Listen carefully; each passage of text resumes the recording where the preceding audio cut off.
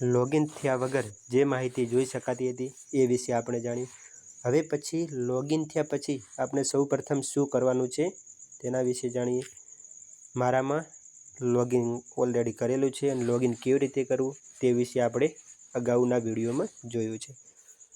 Login થયા પછી આપણે શું કરી શકીએ છીએ તો તમને અહીંયા જોવા મળશે ડેશબોર્ડ આપેલું છે, ઓલ હાઉસહોલ્ડ છે, ક્રિએટ હાઉસહોલ્ડ છે, ઓલ પર્સન્સ છે, વિલેજ છે, ક્રિએટ વિલેજ છે અને રિપોર્ટ એન્ડ એનાલિટિક્સ છે।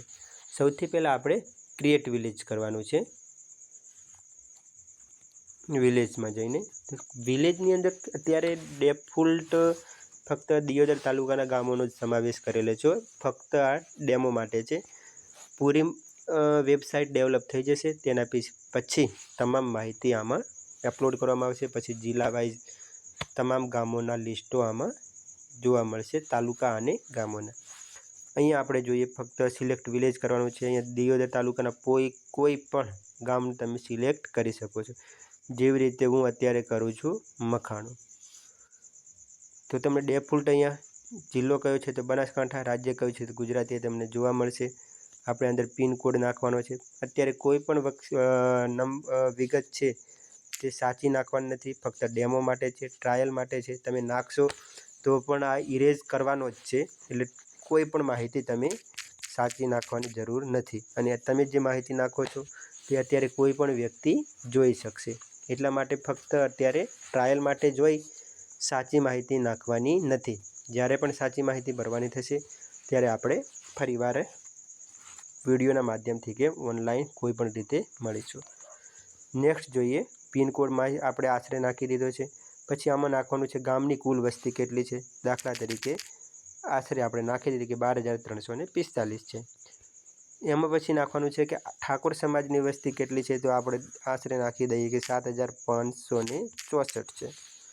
પછી તેમાં તમારે ઠાકોર સમાજની પેટા જ્ઞાતિની વિગત પણ આમાં એડ કરવાની છે। તો આપણે આમાં જોઈએ તો એડ કરીએ છીએ। ચાલો, ગામમાં ઘણી બધી અલગ અલગ પેટા જ્ઞાતિ હોઈ શકે, એમાં આપણી સમાજમાં પણ અલગ અલગ પેટા જ્ઞાતિ હોય છે, જેમ કે તેરવાડિયા છે, વાવેચા છે, પછી ગોઠડિયા છે, લુદરિયા છે, એવી રીતની અન્ય અઢળક પેટા જ્ઞાતિ હોઈ શકે છે। ત્યાં તમારે નામ આમાં એડ કરવાનું છે। જેવી રીતે હું અહીંયા લખું છું ચૌહાણ। શક્ય હોય ત્યાં સુધી અંગ્રેજીમાં માહિતી ભરવાની છે। પોપ્યુલેશન મતલબ કે જે પેટા જ્ઞાતિ છે તેની વસ્તી કેટલી છે તો આપણે આશરે નાખીએ છીએ કે ચાલો કે 1367ની વસ્તી છે। આશરે જ નાખવાની છે, કોઈ એકચ્યુઅલ ડેટા નાખવાની જરૂર નથી। પછી તમારા કુળદેવનું નામ શું છે તો આપણે આશરે લખીએ છીએ કે ચામુંડા માતાજી છે, તો મેં લખી દીધું છે ચામુંડામાં। તમારા કોઈ ભાટ, ચારણ કે બારોટજીની વિગત હોય તો અહીંયા એડ કરવાની છે। તેના પછી એડ્રેસ મતલબ કે ભાટ, ચારણ, બારોટજીનું હોય તો એમનો કોન્ટેક નંબર જો હોય તો અહીંયા લખવાનું છે। એમના વિશે કોઈ નોંધ હોય તો પણ તમે અહીંયા એડ કરી શકો। પછી આગળ જોઈએ કે તમારા ગામમાં સરકારી હોસ્પિટલ છે કે નહીં। જો તમે ટીક મારશો તો કેટલી હોસ્પિટલ છે એની વિગતો લખવાની છે। સરકારી હોસ્પિટલ મોસ્ટલી ગામમાં એક હોય છે તો તમે એક એડ કરી શકો છો। જો ન હોય તો તમારે કોઈ ટીક માર્ક કરવાની જરૂર નથી। પછી જોવાનું છે કે ગામમાં ખાનગી હોસ્પિટલ છે કે નહીં।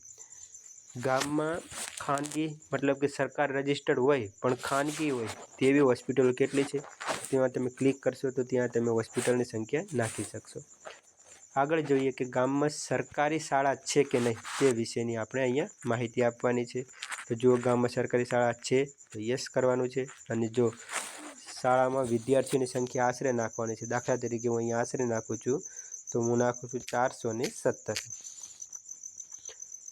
સ્વચ્છ પીવાના પાણીની ઉપલબ્ધતા છે કે નહીં, જો હોય તો યસ કરવાનું છે। પાણીનો પ્રકાર કેવો છે, સામાન્ય પાણી છે કે આરો પાણી છે, તો હું સામાન્ય પાણી અહીંયા કરું છું। સ્કૂલને પોતાનું શાળાનું મેદાન છે કે નહીં, જો હોય તો ક્લિક મારવાનું છે, ન હોય તો ક્લિક કરવાની જરૂર નથી। અને પછી તમારે એનું ક્ષેત્રફળ જો ખબર હોય તો તમારે આશરે નાખવાનું છે। ચોરસ મીટર, સ્ક્વેરમાં તો ચોરસ મીટર, હેક્ટરમાં તો હેક્ટરમાં, જે પણ તમને યોગ્ય લાગે તે ફોર્મેટમાં નાખી શકો છો। હું અહીંયા નાખું છું આશરે કે 700 સ્ક્વેર મીટરનું મેદાન છે। ગામમાં પ્રાઇવેટ શાળા છે કે નહીં, જો હોય તો ટીક મારવાનું છે, ન હોય તો કંઈ કરવાની જરૂર નથી। પછી એમાંય તમારે કેટલી સ્કૂલો છે તે પણ અહીંયા તમે નાખી શકો છો। ન હોય તો સિમ્પલી ચેક બોક્સમાંથી ક્લિક કાઢી નાખવાનું છે, તો કાઢી દીધું છે મેં અહીંયા. નેક્સ્ટ જોઈએ કે ગામમાં સ્ટ્રીટ લાઇટ છે કે નહીં. જો હોય તો ક્લિક કરવાની છે, ન હોય તો જરૂર નથી. ગામમાં બસ સ્ટેન્ડ છે કે નહીં એ વિશે લખવાનું છે. નીચે આપ્યું છે કે ગામમાં ગ્રામ પંચાયતનું પોતાનું મકાન છે કે નહીં. જો હોય તો ડિફોલ્ટ યસ આવે જ છે, કારણ કે મોટાભાગના ગામોમાં ગ્રામ પંચાયતનું મકાન છે જ. જો ન હોય તો તમારે શું કરવાનું છે, એમાંથી ક્લિક રિમૂવ કરવાનું છે, ચેકબોક્સમાંથી રિમૂવ કરવાનું છે, રાઈટ છે તે. પછી જો ન હોય તો શું હશે, જૂથ પંચાયત હશે અથવા સહિયારી ગ્રામ પંચાયત હશે. તેમાં પંચાયતનું સ્થાન કયું હશે, તમારું ગામ તો નહીં જ હોય તો તમે ટિકમાર્ક માર્યું હોત કે ગામ પંચાયતનું મકાન છે કે નહીં, તો ડિફોલ્ટ રાખ્યું જ હોત. ન હોય તો જ્યાં પંચાયતનું મકાન હોય તે તમારે લખવાનું છે.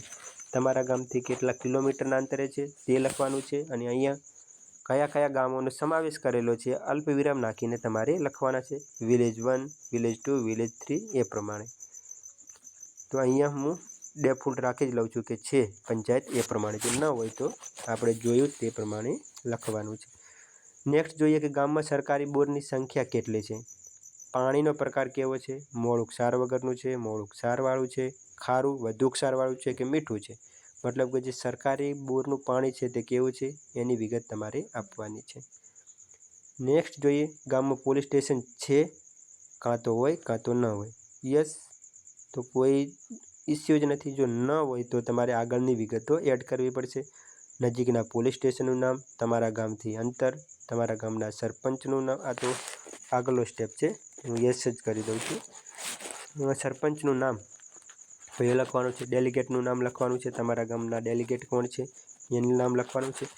તમારા ગામમાં અન્ય કોઈ સામાજિક આગેવાન હોય તો એનું લખવાનું છે. અન્ય સંસ્થામાં આગેવાન હોય, જેવી રીતે બનાસ ડેરીમાં હોય કે પછી કોઈ અન્ય સંસ્થામાં હોય, તો એની વિગત પણ તમે અહીંયાથી ઉમેરી શકો છો. હોદ્દો શું છે, સંસ્થાનું નામ શું છે અને વ્યક્તિનું નામ શું છે એ પ્રમાણે.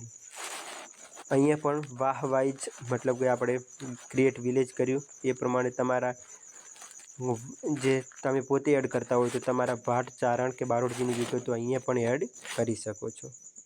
અને પછી તમારે વિલેજ તરીકે અહીંયા સાચવવાનું છે. અને અહીંયાથી ગો હોમમાં તમે જઈ શકો છો. તમારું વિલેજ અહીંયાથી ક્રિએટ થઈ જશે. બસ એ જ. Thank you.